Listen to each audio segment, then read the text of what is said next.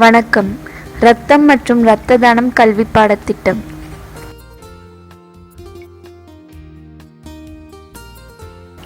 இரத்த சுழற்சி. இதயத்தில் ஆக்சிஜன் கலந்த இரத்தத்தை எடுத்துச் செல்ல மகாதமனியும் கரியமில வாயு கலந்த இரத்தத்தை கொண்டு வர சிரைகளும் உள்ளன. இதய துடிப்பின் மூலமாக தொடர்ந்து உறுப்புகளுக்கு தேவையான ஆக்சிஜன் மற்றும் ஊட்டச்சத்துக்கள் நிறைந்த இரத்தம் கிடைக்கிறது.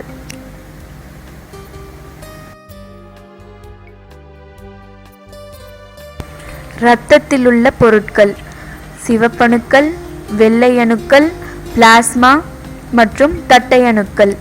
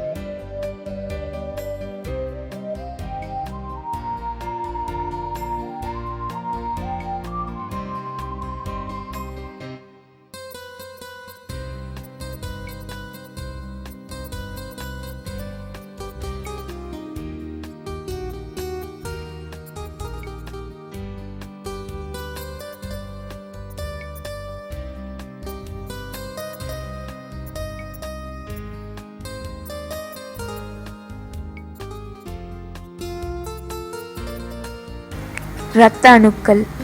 எலும்புகளின் நடுவில் இருக்கும் மஜ்ஜையில் சிவப்பணுக்கள், வெள்ளை அணுக்கள் மற்றும் தட்டை அணுக்கள் உற்பத்தியாகின்றன.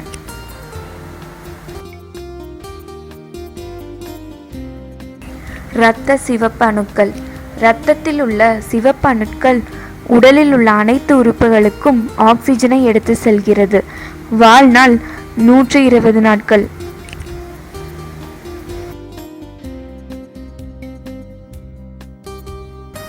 இரத்த வெள்ளை அணுக்கள்.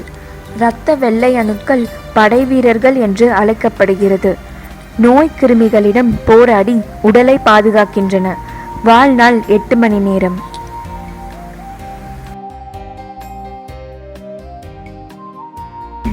இரத்த தட்டுகள். உடலில் காயம் ஏற்படும் போது த்ரோம்போசைட்டுகள் சிதைவடைந்து த்ரோம்போபிளாஸ்டின் என்ற நொதியை சுரந்து இரத்தம் உறைதலுக்கு உதவுகிறது. இதனுடைய வாழ்நாள் 5 நாட்கள்.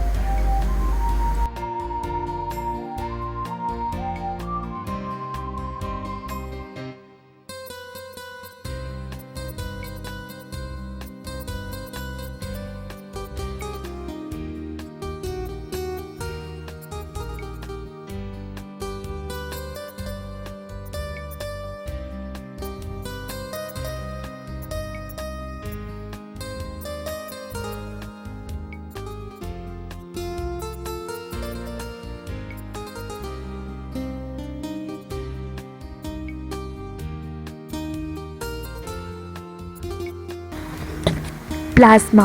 இரத்தத்தில் உள்ள திரவ பொருள் பிளாஸ்மா வெளிர் மஞ்சள் நிறத்திரவமாகும். மேலும் புரதங்கள், நொதிகள், ஹார்மோன்கள், கழிவுகள் மற்றும் தனிமங்கள் அடங்கியது.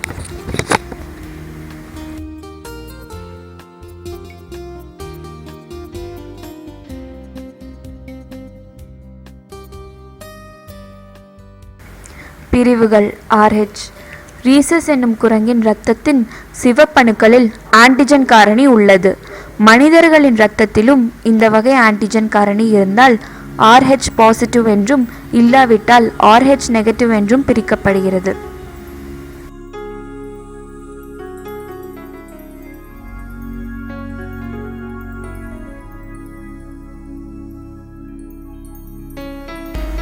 பிரிவுகள். இரத்தத்தில் உள்ள சிவப்பணுக்களில் ஆன்டிஜன் என்னும் ஒரு வகை புரதம் உள்ளது. சிவப்பணுக்களில் ஏ ஆன்டிஜன் ஏ இரத்த வகை, சிவப்பணுக்களில் பி ஆன்டிஜன் பி இரத்த வகை, சிவப்பணுக்களில் ஏபி ஆன்டிஜன் ஏபி இரத்த வகை, சிவப்பணுக்களில் எவ்வித ஆன்டிஜனும் இல்லை என்றால் ஓ இரத்த வகையாக பிரிக்கப்படுகின்றன. மனிதனின் இரத்த வகை வாழ்நாட்களில் மாறாது.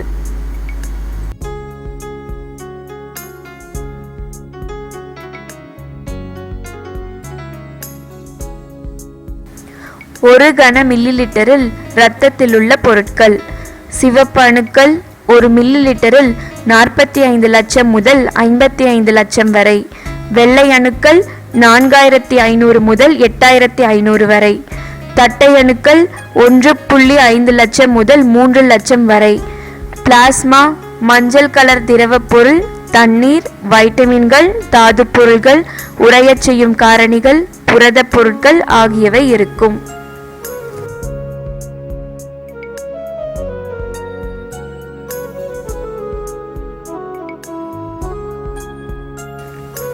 இரத்த வகைகள்: AB positive, AB negative, A positive, A negative, B positive, B negative, O positive. O இரத்த வகையை உலக இரத்த கொடையாளி என்பார்கள்.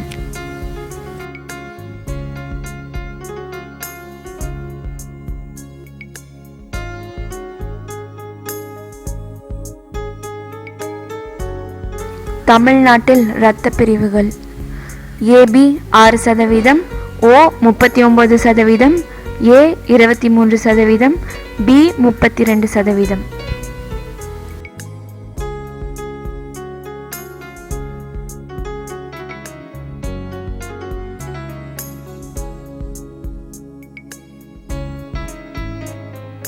இரத்த பரிமாற்ற சிகிச்சை. இரத்தத்தை பற்றி ஆராய்ச்சிகள் பல மேற்கொள்ளப்பட்டுள்ள நிலையில் இன்றைய நாள் வரை இரத்தத்திற்கு சரிநிகர் மாற்று கண்டுபிடிக்கப்படவில்லை. இரத்த பரிமாற்ற சிகிச்சைக்கு இரத்தத்தை தாமாகவே முன்வந்து தானமாக கொடையளிப்பவர்கள் மூலமாக பூர்த்தி செய்யப்படுகிறது.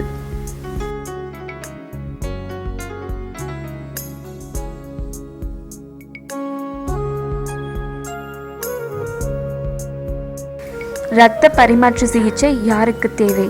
பிரசவ காலத்தில் அதிக இரத்தப்போக்கு ஏற்பட்டு பிரச்சனையாகும் பெண்களுக்கு, இரத்த சோகையினால் பாதிக்கப்பட்ட குழந்தைகளுக்கு, இரத்த புற்றுநோய், லியூக்கிமியா மற்றும் தலசீமியா நோயாளிக்கு, தீக்காயம் அடைந்தவர்களுக்கு, அறுவை சிகிச்சைக்கு மற்றும் விபத்துக்குள் ஆனவர்களுக்கு.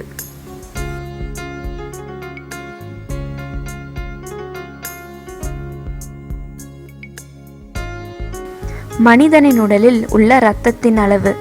மனிதன் சுகாதாரமாகவும் உடல் இயக்கம் எவ்வித பாதிப்புமின்றி ஆரோக்கியமாக செயல்பட 1 கிலோகிராம் எடைக்கு 50 மில்லிலிட்டர் இரத்தம் போதுமானது.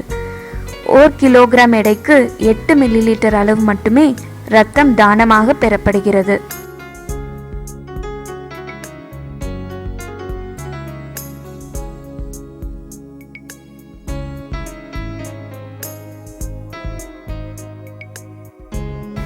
ஆணின் உடலில் உள்ள இரத்தத்தின் அளவு. 1 கிலோகிராம் எடைக்கு 76 மில்லிலிட்டர் இரத்தம் இருக்கும். 1 கிலோகிராம் எடைக்கு 26 மில்லிலிட்டர் இரத்தம் தேவைக்கு அதிகமானதாக உள்ளது. ஆதலால் 350 மில்லிலிட்டர் இரத்தம் தாராளமாக தானம் செய்யலாம்.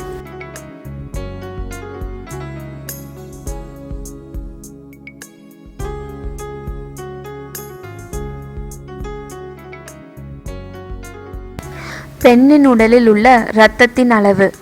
1 கிலோகிராம் எடைக்கு 66 மில்லிலிட்டர் இரத்தம் இருக்கும்.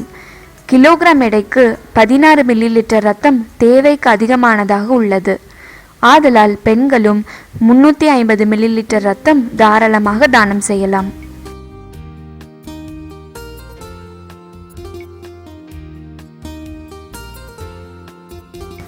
இரத்த தானம் யார் செய்யலாம்? வயது 18 ஆண்டுகள் முதல் 65 ஆண்டுகள் வரை.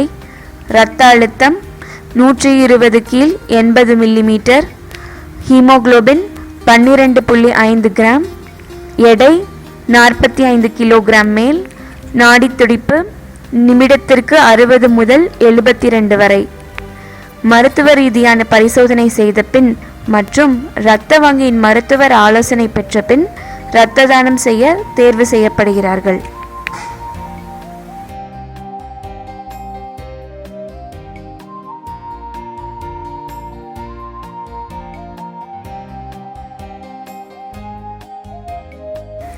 இரத்த வங்கியில் இரத்த தானம் செய்யும் முன் பின்பற்றும் முறைகள்: பெயர் பதிவு செய்தல், மருத்துவர் மூலமாக பரிசோதனை செய்தல், நாடி துடிப்பு, இரத்த அழுத்தம் மற்றும் எடை, ஹீமோகுளோபின் அளவு சரிபார்க்கப்படுகிறது.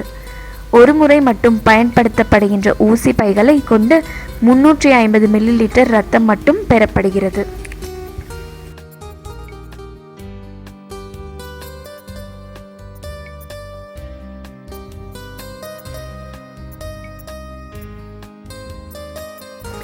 தானமாக பெறப்பட்ட இரத்தத்தை இரத்த வங்கியில் செய்யும் பரிசோதனைகள்: HIV, மஞ்சள் காமாலை B, மஞ்சள் காமாலை C, மலேரியா, கிரந்தி நோய்.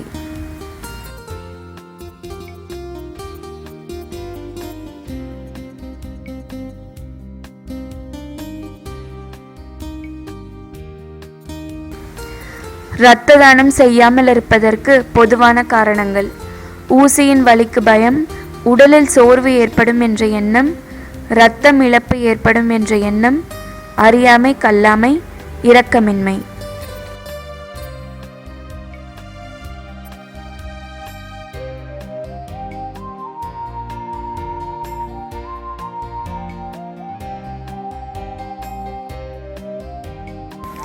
தமிழக மாநிலத்திற்கு தேவையான இரத்தத்தின் அளவு: ஓராண்டுக்கு 8 லட்சம் யூனிட் இரத்தம் தேவைப்படுகிறது. 2015ஆம் ஆண்டில் பெறப்பட்ட 7 லட்சம் யூனிட் இரத்தம் தன்னார்வ இரத்த கொடையாளிகள் மூலமாக பெறப்பட்டது. 1 லட்சம் யூனிட் இரத்தம் பற்றாக்குறையாக உள்ளது.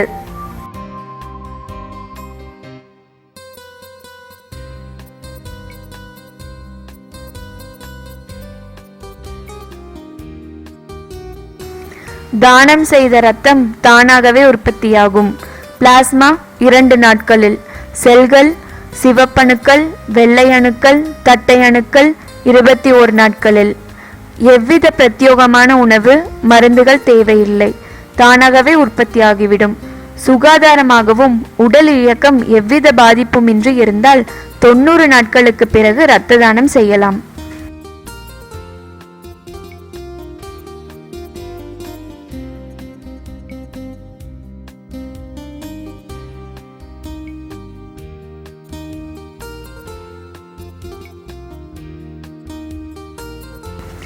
இரத்த தானம் செய்வதன் மூலம் உடல் கொழுப்பு மற்றும் கொலஸ்ட்ரால் அளவு கட்டுப்பாட்டுக்குள் வரும் என ஆராய்ச்சி கட்டுரைகள் கூறுகின்றன.